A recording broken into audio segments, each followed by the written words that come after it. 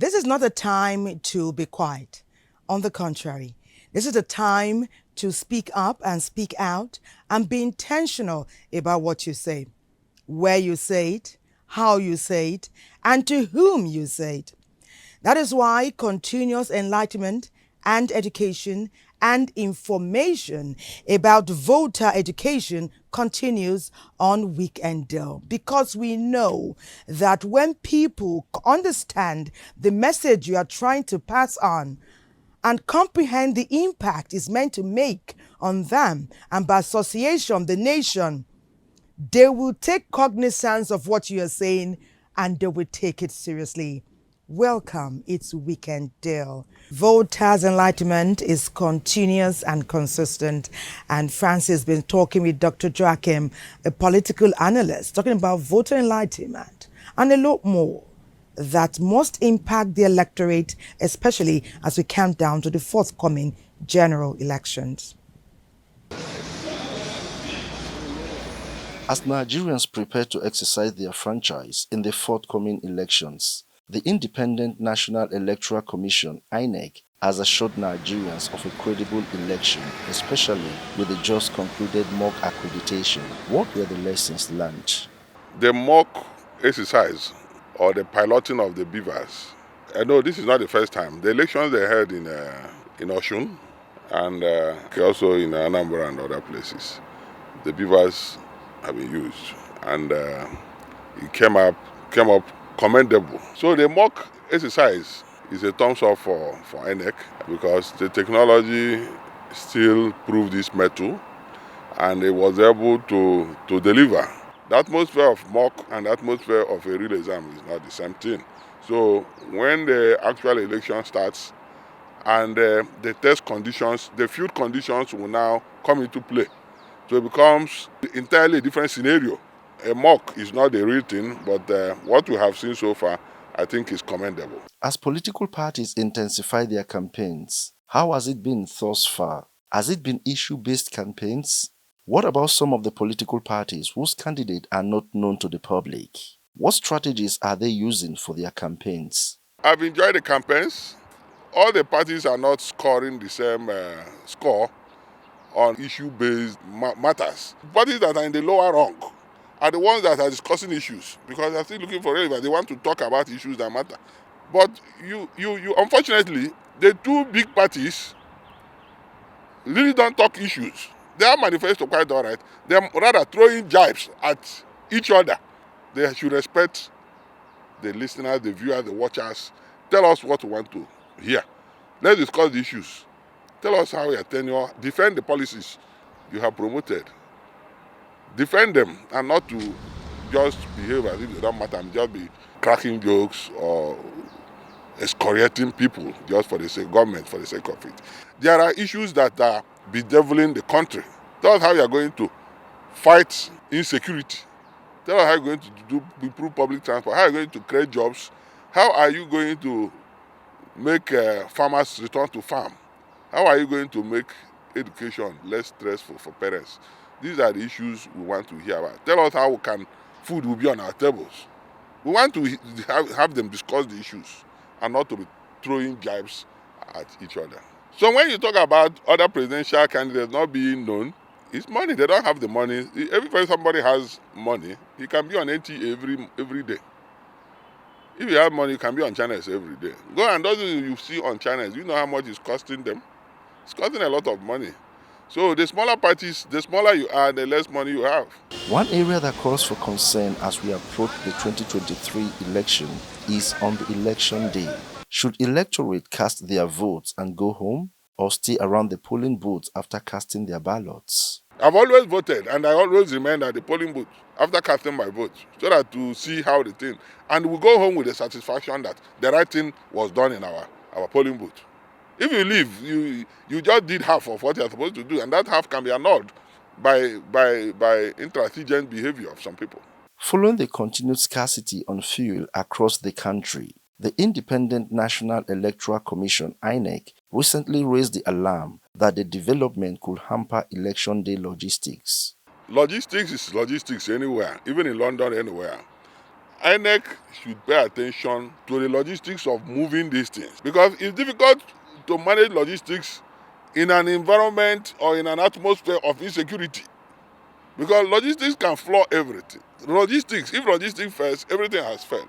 In the last election, because of logistics, there was postponement. So let logistics not become an alibi for postponement of any of the scheduled elections that are coming very soon. The forthcoming election should not be seen as a do-or-die affair. Everyone has a role to play. But will the new Naira redesign policy have any impact on the election? Not a money bag, so it's not a problem for me. People who are keeping money in their homes, you find a way to change it. So at the eve of election, I think it's good, because that will reduce the incidence of vote buying. People who are crying wolf, then when there is no wolf there, there's no wolf there. So why are they crying? Because government, in its best interest, had decided to come with a policy that will help it to sanitize the system. I call it a master stroke because it has hit a lot of people below the belt. So I commend the people who came out with this idea. I commend them for being bold enough to push it through. Our focus on Weekend Deal today will be on voter education and the 2023 general elections. Interesting, some analysis there with Dr. Joachim, and issue-based campaigns are critical. But when we've been talking with analysts in the last 1 month, some of them have asked the electorate to be wise, especially the women who have a formidable numerical strength of over 44 million.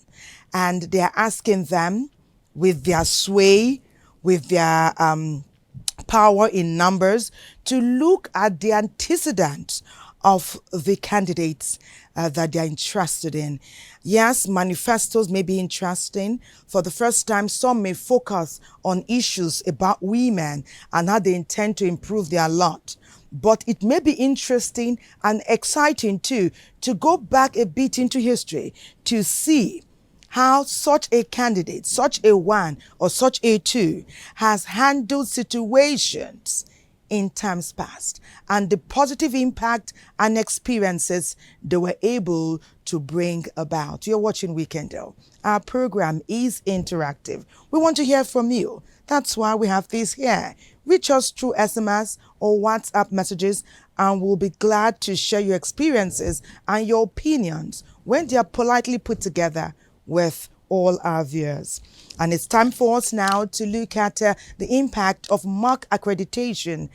I chatted with the resident electoral commissioner for the FCT, Yahaya Bello, during the week. This one.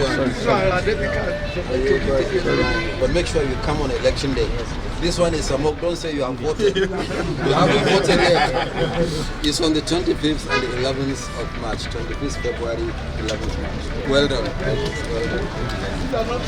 The mock accreditation exercise organized by Independent National Electoral Commission, INEC, recently took place nationwide. And the INEC chairman, Professor Mahmood Yakubu, visited several wards in the Federal Capital Territory, Abuja. But the two machines are different. We have broken the register down so that it's not all the registers for each of the machines. According to the resident electoral commissioner for INEC in the Federal Capital Territory, Abuja, Yahaya Bello, INEC is leaving no stone unturned to ensure success in the forthcoming presidential and National Assembly elections. The mock registration is not only for the viewers. First of all, our staff, they performed very well. Number two, we deployed in good time.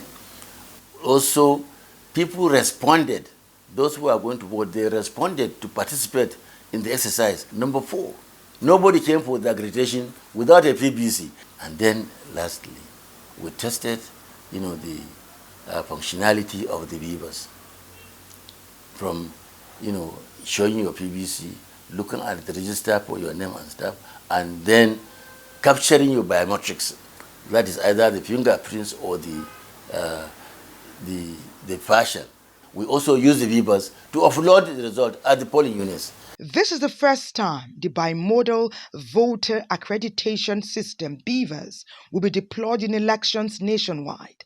And uppermost on the minds of many Nigerians is its efficacy. Identifying my picture on their paper, then they equally use my fingerprints to ensure that I'm in the system. It was very fast. We just discovered that the beavers wasn't able to recognize one of the voters after using his face and his thumbprints, so they had to use all the fingers, and they discovered that the fourth fingers was the one the beaver machine recognizes, and that was done.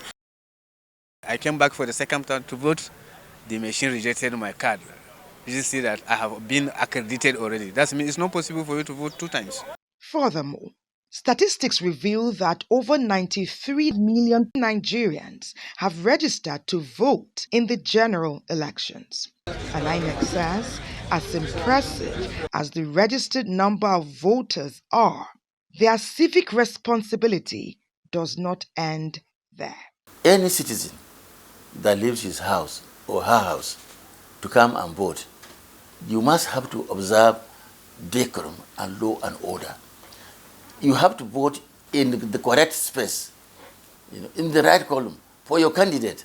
If you vote for 2 candidates, you are invalidating your vote.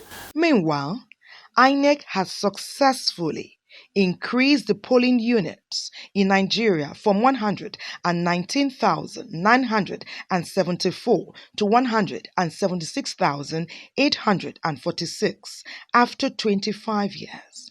And it is expected that the advantage that this spread will bring will be evidenced by the ease of movement as voters come out en masse starting February 25th, 2023.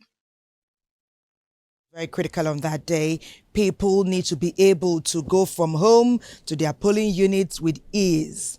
It's also very important that logistics are fluid and prompt, that the materials for the elections get to the polling units and the polling booths on time, so that the electorate will not become antsy and jittery, and they can exercise their civic responsibility and patriotic duty on time.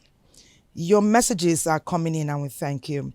You are asking us, we talked about your name and where you are reaching us from, so we can know what angle you are focused on. What would INEC do about those politicians who go about sending text messages to people, enticing them with huge sums of money to vote for their political parties, and also requesting for their banks and account numbers so they can pay in the said amount? What is my patriotic responsibility to my country? If you ask yourself that and you answer it honestly, I tell you, you will know exactly what to do, because INEC cannot come to your phone and begin to caution you about account details, what to do at that point. Also, INEC has made us realize that while you are casting your vote, you have a very high level of secrecy. You have a high level of secrecy. No one will know what you are doing there. No one. So take that also into cognizance. Akinola Ololade, always great to read from you from Ilorin, Kwara State. It says, good morning. Effective voters' education will continue to strengthen our electoral system and also reduce voters' apathy. Interesting. And so it is. In line with continuous voter enlightenment, yesterday we chatted with Arms-Free Ajanaku. Arms-Free Ajanaku is the communications lead at the Center for Democracy and Development here at the FCT. He's also a media and elections expert. His name is Arms-Free Ajanaku. Let's see how that chat went.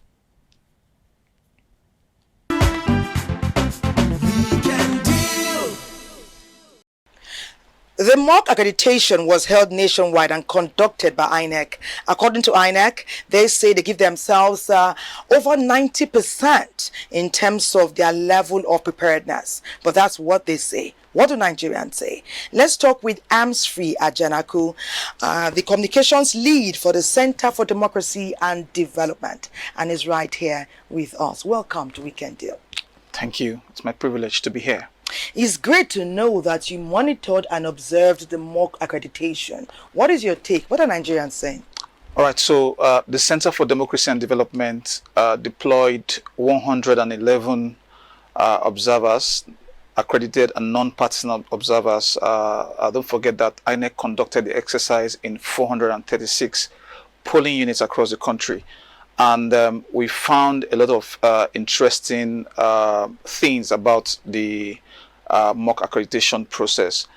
Number one is the fact that the exercise helped INEC to do a very good test run of its readiness.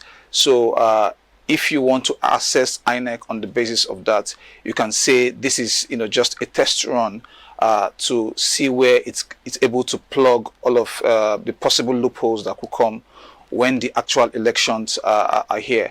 And so we feel it was a very good thing for INEC to have done that. But when you look at some of the key processes in the elections, for example, the arrival of poll officials, which is very fundamental when you look at elections, because if the poll officials don't arrive on time, then the election starts late, and then you have the whole process being pressed for time. But what we found was a lot of instances of late arrival of poll officials within the FCT and other parts of the country. No, just across the 111 polling units we observed. In fact, our data shows that over 50% of the polling units that we observed had incidents of late arrival of poll officials. But INEC has argued, on the other hand, that in some cases, there were instances where they deliberately allowed for some of those lateness to see how other aspects of the process will respond to such situations if it comes on election day. For example, that's quite a creative response. Yes, absolutely. Because if, for example, there's a lateness by 1 hour, you want to see whether the backup systems are working. You want to see whether you have a replacement BVAS if the BVAS is not functioning well and things like that. So it was an overall test run, but we spotted some of those challenges. Another challenge we spotted was low turnout. Given the energy levels we've seen with these elections, the fact that a lot of citizens have been very active in terms of wanting to participate in the process. We've seen a lot of a conversation on social media, people talking about the future of the country, and these elections being a critical marker. But it's a mock. Yeah, I mean, the mock is a mock, but we expected a lot more awareness about the mock, knowing that it's part of a process that would lead to the actual election. But some Nigerians say it was a mock. So some people never intended to go out to be a part. They wanted to see what INEC would do with what they had set in motion. Yes, so a mock is a test. Yeah. With a lot more awareness about it, you could have better also test your processes. For example, if you have a polling unit where there are 700 registered voters, and then you run a mock in which like 10 people show up to vote in the process, that does not give you a sense of what the situation will be on election day. So a device like the beavers, for instance, if it's only accrediting 10 people during the mock, you cannot really say how much it will perform if it comes under pressure of hundreds of people, coming to the polling unit. So that's the sense in which we felt, there could have been more You wanted like awareness. 50 people where 100 were expected? Yeah, we wanted like 100 people where like there were 700 voters. So that would put the beavers under a real test, give us an election day scenario in which we can say whether things moved things would move smoothly or not. But we did see in the FCT that the turnout was quite impressive and vibrant. Yes. Did you monitor things in the FCT? Yes, we had our observers also in the FCT. Yeah, there were instances like that where you had a very good turnout, but in other parts of the country, because we're talking about 436 polling units, and the election is going to be conducted in over 120,000 polling units. 176,000. Exactly. But let's look at the beavers itself. There's been a lot of talk about its functionality and the top-notch performance that Nigerians can expect. So much so that many youths who have been jaded and cynical have been saying that in times past, votes did not count. But the way that INEC has talked about the beavers, people are hopeful, people are optimistic that this time around, rigging has been obliterated and that as long as you come out and vote, votes will actually count. Tell us about what your find is on the Bimodal voter accreditation system. So our finding was that the beavers functioned remarkably well. If it works like that on election day, then it's actually very, very good for the process. But having said that, at the Center for Democracy and Development, we have always argued that technology, the beavers, as it stands, is not a silver bullet that would resolve all of the challenges. Because when INEC says the beavers is a game changer, we agree. What is your take on the level of preparedness in terms of logistics? Perhaps we can align with your thoughts about over-promising. Absolutely. What are your expectations and what will you urge INEC to put in place? They have like 2 weeks left. In our interventions, we've called for some of the flaws noticed during the mock accreditation to be quickly fixed. And beyond that, I would like to give examples. Maybe examples will bring out the practicality of what it means to be in an election environment on election day. It's a pressure cooker environment. People are waiting to exercise their franchise. They don't want to be disenfranchised and all of that. Like during the mock accreditation, we saw instances where the beavers, for some polling units, was the wrong beavers. But I commend INEC that within that time, within the time when you had those challenges, they were able to promptly bring in replacements. But Mr. Okoye said that they have ragtags. That's vibrant young people on scooters, bikes, cars, standing by with extra beavers. He assured us that beavers machines will not be, or the availability will not be a challenge. Why I don't want to, I'm not really so inclined to controvert what INEC is saying. Probably if we benchmark the figures, how many extra beavers are we talking about? You just mentioned the number of polling units we're talking about.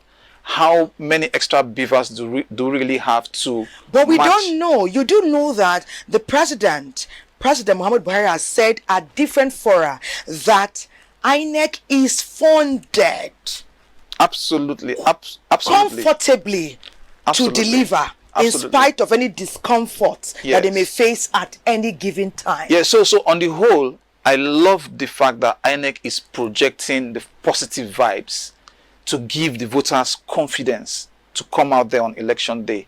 But again, let's be mindful that we also have peculiarities in our environment that can disrupt things. And if we have those disruptions, we must be ready to have stopgap measures to ensure that the process... So close the gaps. So what we are talking about is really about the fact that you need to be prepared for the eventualities that could come on election day, such that in the end, the voters will go home happy.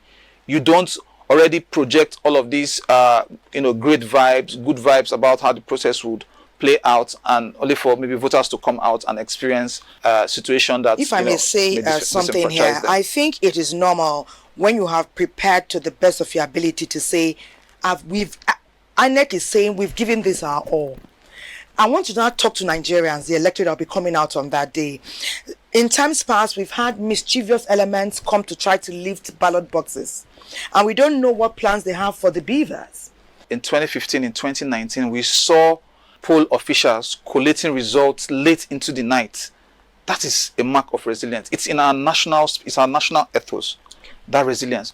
But what we are saying is, we love the fact INEC is projecting all of those very positive feelings about the electoral process. But we are saying also err on the side of caution. Do not overpromise. As you are giving confidence to voters, also ensure you follow up on the little things that we know it's a Herculean task for the commission, but we believe that if we go with that attitude of ensuring that we are ready to tackle the issues that may arise in the process, I think it's a win-win for both the voters and all of the electoral stakeholders. February 25th is just around the corner, and so far we've been told by INEC that statistics of registered voters come to over 93 million. Are your final thoughts, will they be that INEC can expect 93.5 million people to troop out on that day with their PVCs to vote? And were it to happen, what are your thoughts in how things will pan out starting February 25th? Yeah, for us, we would want to see a robust turnout of the electorate, and we want to see the fact that citizens are out there participating in the process. But if you look at turnout history of elections, especially where you talk about presidential elections, you see that 93 million is 100% of the voting, the registered voters. And our election turnout has never been that close. I would want that to happen, because you have to look at the historical trajectory of election turnout figures. We even struggle to do 50%. In fact, in some cases, we're struggling over in between 45%, 30% turnout and all of that. I think there's a lot of interest in this election. So probably the analysis of the turnout will look at demographics. Earlier, you talked about women, you talked about the youth who have shown a lot of energy in terms of possible turnout in this election. Probably that is where we are going to be seeing a lot more turnout when you break down the registered voters into their various demographics. For us, it's not just about the ritual of voting or people turning out. It's about a connection between the issues that we face as Nigerians, and how the manifestos will tackle it. I asked you about expected mischief based on our past records. I wanted you to speak to Nigerians in terms of these same youths who have been negatively impacted over time, and some of them, maybe as we speak, are being put together to come do one or two things that will not be in the best interest of Nigeria's growth, progress and development. I wanted to speak to the issue and to speak to the youths in particular. So speaking to the youths, my worry is benchmarking expectations versus outcomes. Given the energy we have seen the youth put into the discussion around this election, there are very palpable fears that we need to also manage the outcome. So we worry more in terms of post-election realities. If the results, the outcomes don't go the way of the expectations of certain demographics in the election, how do you respond? How do you manage, those? And the election itself is being conducted in a very fragile security context, against the background of a lot of insecurity across the country. You have the separatist, agitations in the southeast, the various forms of insecurity that the country is experiencing. Democracy is a process. It's a process that, it's ongoing. So if it doesn't go your way now, it doesn't mean it will not go your way in the future. I want you to temper it down and use layman's terms that every youth, whether at the tertiary level, secondary, uneducated, not educated, can comprehend. Vote, not fight, before, during, and after the elections. Say no to violence. Yes. I want to thank you very much, Mr. Amsfria Janaku, the communications lead for Center for Democracy and Development here in Abuja. It's been a very revealing chat. You know, we learn every day, but still our stance, especially here at the NTA, is unrelenting and unchanging, which is every Nigerian with a PVC must be a patriot. Absolutely. Thank you for being a part of Weekend Deal. A privilege to be here. Weekend Deal takes a break now. We urge you to continue to stay with us and be a part of our program.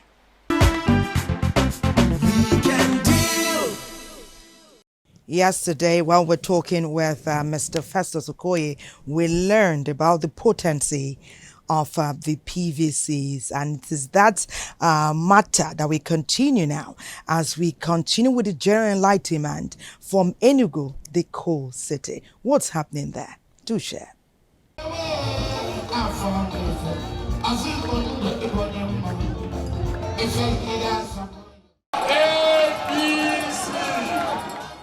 Elections all over the world is a window through which democratic values of any nation is viewed. Before elections, campaigns are organized by different political parties in view of sensitizing the electorates on the aims and objectives of the party's candidates. To sell your program to the people, sell the manifesto of your party to the people, sell the aims and objectives of your party to the people, and also tell the people, most importantly, what you want, the reason why you want the particular position that you are contesting for.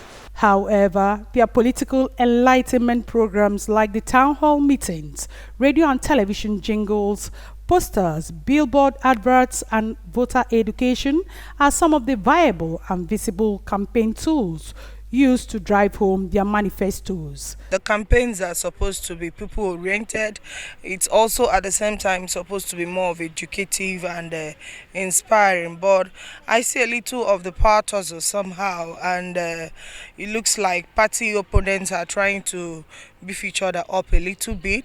But I also have found some persons in the field who are truly campaigning. It is important that everybody should be given level playing ground, level playing field for everybody to express. It is left for the electorate to determine who actually has convinced them to get their vote for them. In some cases, it is largely accepted, some rejected outrightly, while the aforementioned tools come under heavy attacks by either political gladiators or their talks.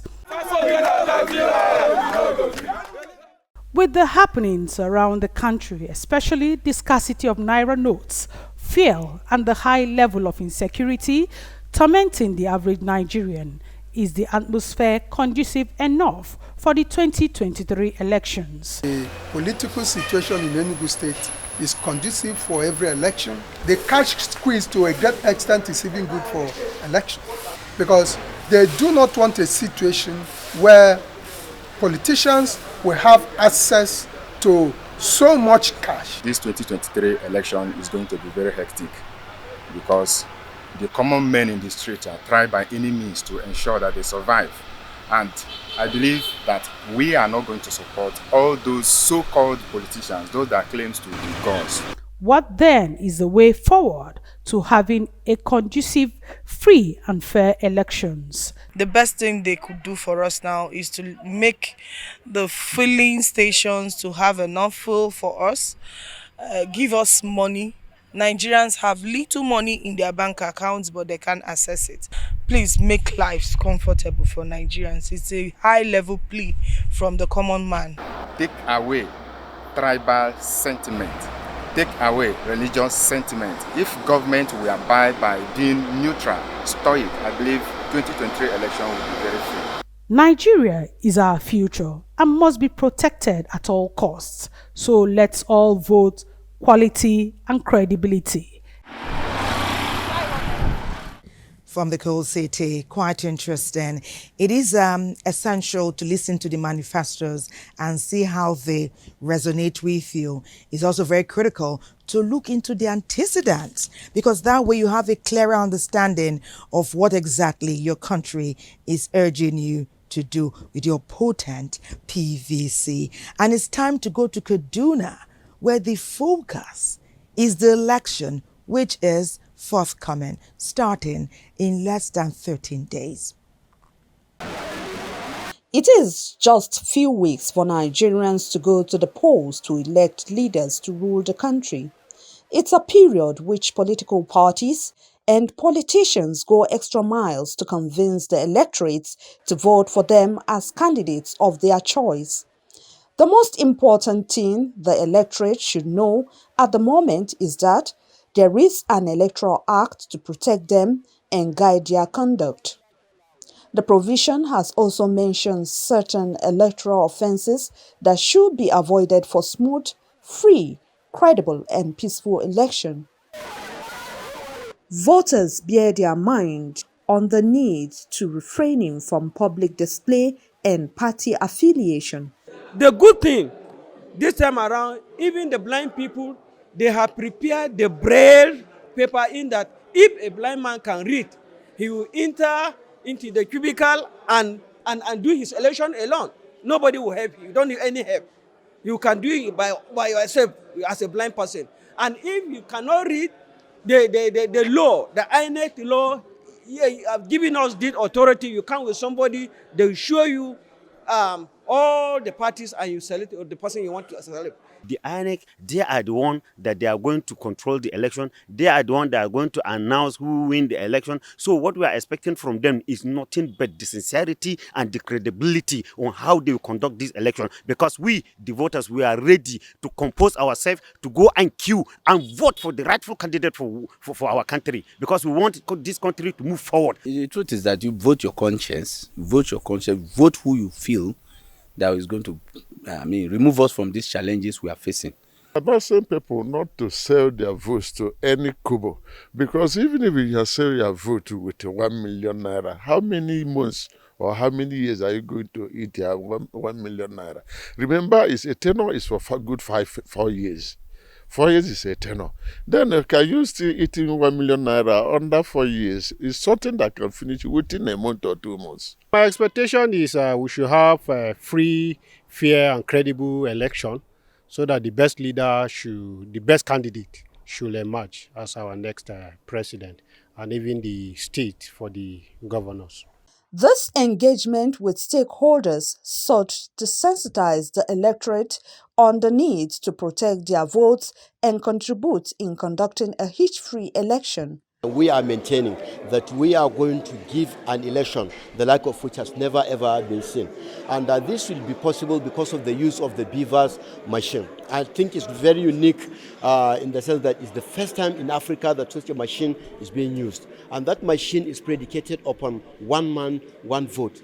There are no two ways about it. You cannot cast your ballot without the PVC. And once you vote, you cannot vote again. So I'd like to use this opportunity to assure Nigerians, to assure the world that we are going to give an election the like of which has never ever been seen, and to reassure Nigerians that their votes will count. It is worthy to note that the proper use of beavers will ensure that incidences of election malpractices will be reduced to the barest minimum.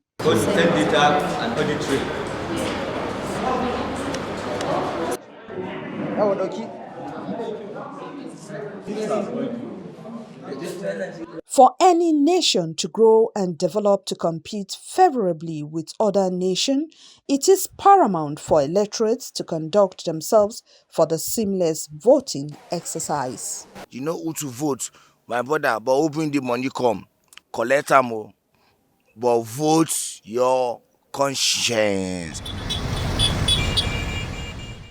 Well, to stay informed, you need to keep abreast of what's happening nationwide. That's why sometimes you need to go through the dailies to know what's happening out there. During the week, Weekend Deal crew had a chat, still talking about continuous voters' education with the SDP National Chairman. He is Shehu Musa Gabam.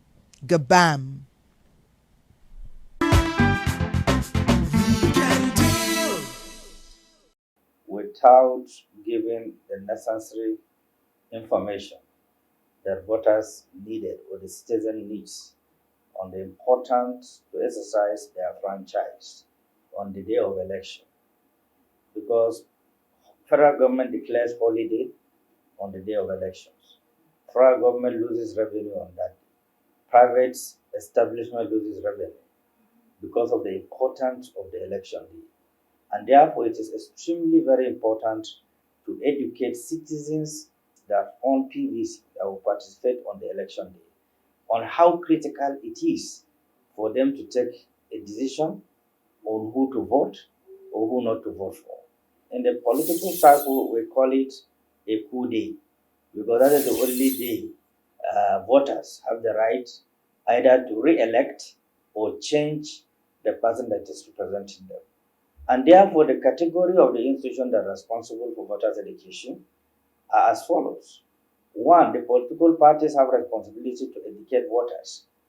Number two, INEC themselves have statutory obligation to educate citizens on how they can cast their vote to avoid waste of ballot papers. Because you have to educate them where they will thumbprint and how they will thumbprint in electronic media, in print media, in social media, so that it will have a wide range of information-based analysis on how a voter can cast his vote. And then the government agencies, including National Orientation Agency, Ministry of Information, NTA, and other government agencies have equal right and responsibility to dedicate time and educate citizens on how to cast their votes. Otherwise, you are likely to experience voters' apathy. Because if people are ignorant of what they are going to participate, they might not take interest in it. But if they are properly informed and they are being assured that their vote will count, their choice will count, certainly you see millions of people looking out to cast their votes. By law, every government must change every 4 years. And you don't change government by appointments. Government is being changed through due process of election.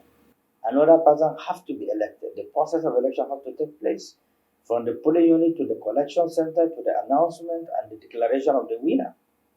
So that is the only way. At the presidential level is 4 years, prescribed by the Constitution. At the Senate is 4 years. House of Reps is 4 years. State Assembly is 4 years. Apart from other appointments that have been appointed. Even other appointments have some statutory of 4 years tenure. But an elected person can only be removed through a recall process. If the constituency is satisfied with its representation, they can do what we call recall. That they have to vote and recall him back, and that they have to re-elect and have to organize another election. Now, if you deny constituency from producing their own elected member to represent them at the parliament, you are shortchanging those communities within those constituencies. It is critical because you find that in this situation, government is culpable, agencies responsible are culpable, political actors are culpable, because they use the mentality of those people that are not properly exposed in terms of education and knowing their rights and privileges, to use them for thumbprinting, snatching of ballot boxes, and so on and so forth. That is usually characterize our election. Has always been defined as not free and fair. Those who want to keep on benefiting from this class of people will not want them to be thoroughly engaged or informed on what they need to do, because it deals with their life directly. The management of the country or the management of their own constituency by their representative, they might not know who exactly have what it takes, the collection it takes to run the interests of the community or their constituency in terms of representation. During the Mamsa Day, they visit every community. They have a show truck that show movies and films what Nigerians should know and what they should not know. It beat my imagination that in a democratic government you don't have such things going on. In a military regime, especially General Babangida regime, there is no national decision the President Babangida have taken without taking the citizens along, without informing them, without using the instrument of government to take information to the doorstep of the citizens. You cannot blame parties except parties that are in power, that have resources, have government, have senators, have structures that have the resources to conduct such exercise. They are not also doing it. With the current leadership of INEC, you can see virtually everywhere people are developing the intention to cast their vote. Because INEC have done marvelously well in terms of sensitizing the citizens on the need to exercise their franchise. 1 day in 4 years is extremely very important for the country. So many revenues are being lost. Workers are being given free day not to go to work simply because they are expected also to exercise their own franchise. So it's extremely very important. So non-performance of government agencies that are statutorily responsible for disseminating information on their citizens, constitute large bulk of this problem that we're having today. So you have ICPC who is complementing also in trying to reach the system from vote buying and so on and so forth. But how do you deal with it? With the current policy of the CBN, corruption, eating deep into the heartbeat of the citizens. The campaign is more of elitist campaign to deal with the mentality of the elites. An elite will develop interest and start shaping the direction of ordinary people that are supposed to know their rights and where their right lies. And you find out that largely the campaign are not grassroots based campaign. They use the grassroots as a commercial mobilization. There's no capacity to ask questions. The avenue is not for asking questions. So it's about creating confusion in the minds of the ordinary people who ought to have developed the structures of briefing them and engaging community leaders, traditional rulers, in terms of briefing their citizens on their right and the importance of election. So these are bridges, that is associated to exactly what we are saying. And therefore, it is difficult for you to know the candidate A that belongs to party A have a defined manifesto that has to do with strategic interests and national interests of the country. It's difficult for you to get that. It's difficult for you to get party B with its candidates because the people you are targeting cannot read manifestos, have no knowledge of reading the manifestos because of the contradiction of the Western knowledge to which Nigeria officially is using English language. And then you have predominant other people from the other zones that understand the Arabic because they started with it in terms of communication. And then also you have the native languages like the Yorubas, the Igbos, the Hausas, the Fulani, and so on and so forth that are predominant in terms of population. They are not being incorporated into taking care of our exigencies as a nation, to develop a system that will take care of the country as a whole based on our peculiarities that will end up uniting the country more. And that is why you are having this division, you are having this segregation, you are having a lot of pressure on the system that is working in the system on daily basis. Because election they have two functions practically. Number one is accreditation. Every voter has to go through the BIVA accreditation based on the new Electoral Act 2022. If you are not accredited, you cannot cast your vote. Even if you have PVC, you must be accredited for accountability and transparency.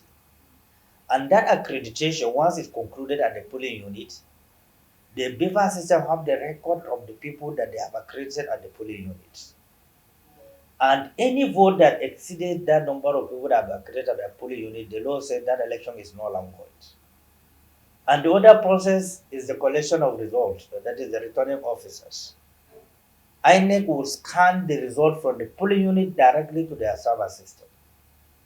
The essence of that is to balance any arguments in terms of contradictions of the results.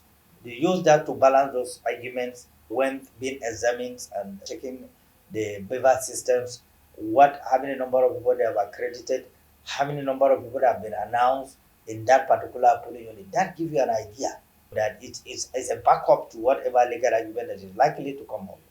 So it's very important, it's very critical, and it defines also the credibility of INEC as well. Right now, the INEC of yesterday is not the INEC of today. From this office, I transmit all my documents to INEC, and I get acknowledgement through the system. I don't need to take hard copy to INEC, and then there will be fracas between me and INEC. My documents are lost. I've not found them. That is no more. The fielding of underage is no longer is a history anymore, because the data that you are going to fill have eliminated an underage from being filled up. So there's a lot of development, innovations, creativity with the INEC of today, which is good for the country, which is good for democracy, and that is also what is motivating people to say that, okay, this time around my vote is going to count. Anything that affects the credibility of the BVAS system will affect the entire election day. The managers of the BVAS system must be extremely careful in order not to plug the country into crisis. We have experience in Ekiti, where we feel strongly as a party that we were rigged out through BVAS system. And we were vindicated by what happened in Osun State, because the BVAS contradict what the votes that were on ground, and that is why the election was cancelled in Osun State.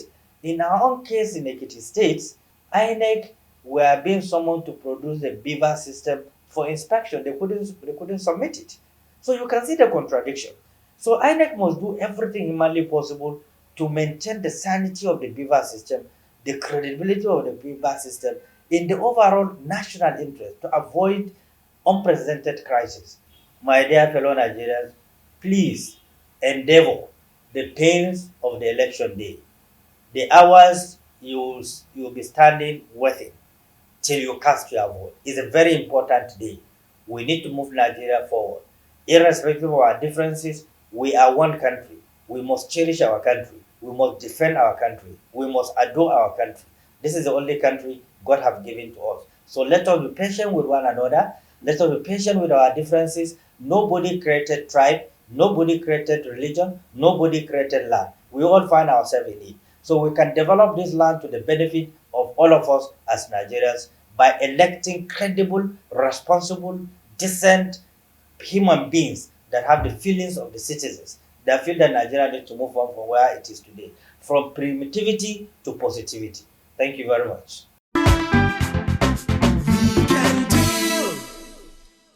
Stay positive all through. Be patient with our differences. Say no to vote buying. Ensure you are accredited when you get to the polling unit, because without accreditation, you cannot vote. Time for some creative arts. The PVC on...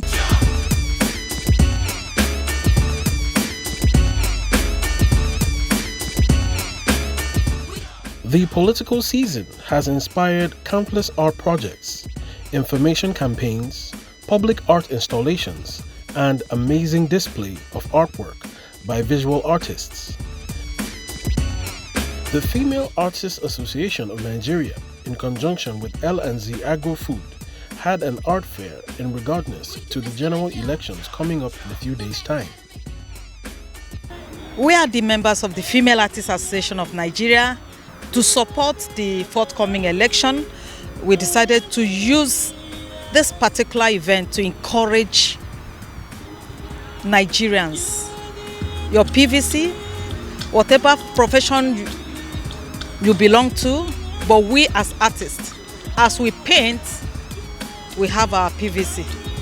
So it's a way of sensitizing the Nigerian public, especially women, girls. Please, let us love Nigeria. Since it's a PVC event, it's actually awareness, so people should get their PVCs, and people that have gotten their PVCs can come for things like this. It shows that Nigerians are becoming shying away from political apathy. My painting is not actually more on anything in election, it's just a free painting, it's a cartoon, but I like the event and the concept of the event. It's just good to be here around other members, because we don't always get to see each other, but we're all here excited with the same goal. I hope that this is going to inspire people not just to get their PVC, but actually make use of it on on election day? Though I paint, right, I'm a painter, but I decided to do something else, like beading, making bracelets, necklaces, and all. So the reason why I did this is because most artists would feel, oh, okay, because most of us are painting, we have canvases for sale and all that. I want to show them that not only those who paint are invited, those who make crafts, anything, beading, are also invited because it's also part of art.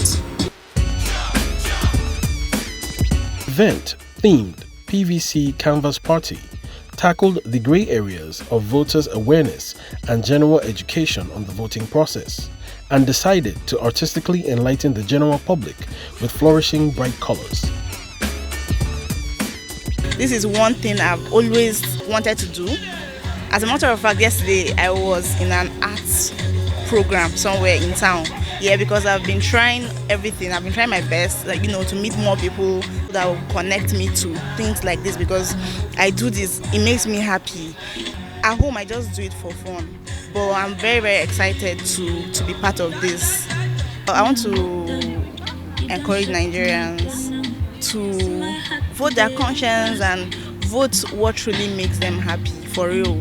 What will bring about peace, freedom, and everything. To just vote their conscience and vote freedom. Well, it's a first-time experience for me, but it's something I would really say I enjoyed a lot, because it gave me the opportunity to once more paint an outdoor scene using a different color, more like an aberration to nature. Personally, I've been able to get my printout, and I wanted getting my PVC, which is the right of every individual to. But each time I went there, they would tell me my PVC is not ready. And yet they want to be an election. How? When the majority of us, I would say, have not been able to get our PVC. Because I don't know how an election would hold without some of us like me who haven't gotten our PVC. I mean, it wouldn't be fair. It is always a pleasurable experience when people come out en masse to appreciate art, but truly fulfilling for the artists when important messages are conveyed through these very same creative expressions. It's really beautiful, it's really exciting when people are out here exercising their rights, like out here to show that, yeah, they have their PVCs and they're ready to vote. You can see beautiful artworks, people interpreting PVCs in different ways, people interpreting their rights to vote in different ways. Like here, there's a butterfly, like a butterfly flies freely.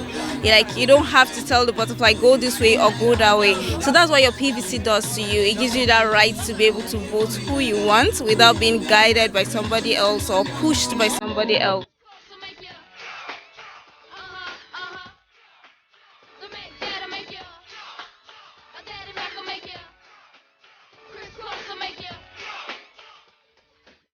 Your PVC emboldens you and reiterates to you and the world that indeed you are a patriot. Well, Uma was quite busy. As well as producing Weekend Deal, she was out there yesterday putting that together. And we now know, use your endeavor to showcase your brand. As INEC continues to do their part, we too, we continue to do our part. And the electorate has an enormous responsibility. Voter apathy is not a phrase used by patriots. Your vote will count. Go out there and use your potent PVC. Make sure you are a part of the accreditation process, because that's the only way with which you can participate in the election process. Say no to violence. Say no to vote buying. It's all for one and one for all. God